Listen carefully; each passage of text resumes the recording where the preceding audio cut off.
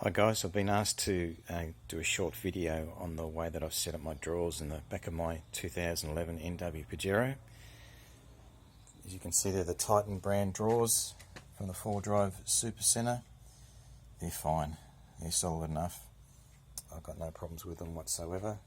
Normally these drawers would bolt to the base or the floor of the car. Remove the third row seat and you use some of the fixing points for that seat with some rails that go from one side of the drawer underneath to the other. There are two of them, and you would use that to secure the drawers to the base of the car. What I've done instead is I've hinged them because there's a lot of valuable storage space that goes underneath that third row seat. I didn't want to lose it. So the way I've done that is that you can see here I've got this bracket that's from an old pretty hefty gate that I had, and consistent theme through this whole thing, I've not done any welding. You can see there are metal screws there, 1 and 2. There's the gas strut.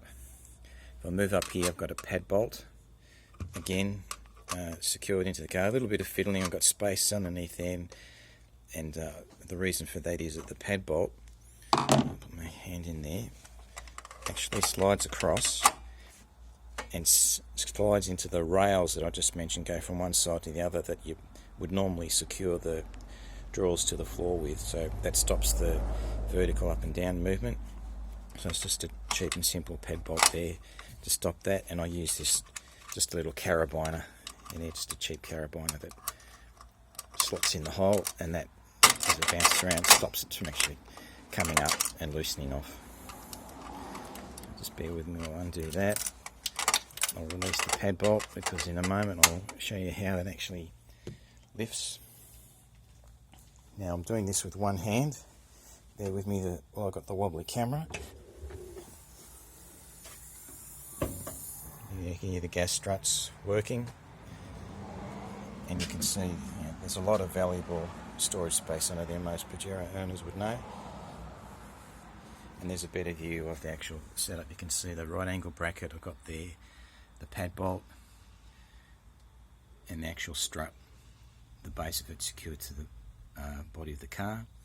If I go up to the top of the strut, as you can see I've got it on the side there. It was a little bit flimsy and I thought a lot of weight on there, so I just put another right angle bracket in there with several screws. Ran out of nylock nuts, so I just double nutted the end of the bolt to stop it from working its way loose. And towards the back there you can see I've got 1, 2 hinges. I'll move around to the front to show you. And where I mentioned how the pad bolt goes into the side to secure the drawers so you don't get any vertical movement, that's it there. That's what you'd normally use to secure it to the floor of the car. And here's just a repeat on the other side. Bracket, pad bolt, right angle bracket to stop lateral movement. Now I'll just move around to the front of the car. So I've secured it to the floor of the car here. Again, metal screws using a 100mm Parliament hinge, just a galvanised one, and 3 screws in there. That's all you can fit with that hinge into the side wall of the drawers. It's pretty strong there.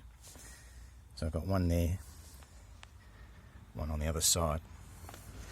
You'll probably notice that I've got the middle seats folded forward. That's because if you want to be able to tilt the seats to get access to the under storage area, you have to put those back up.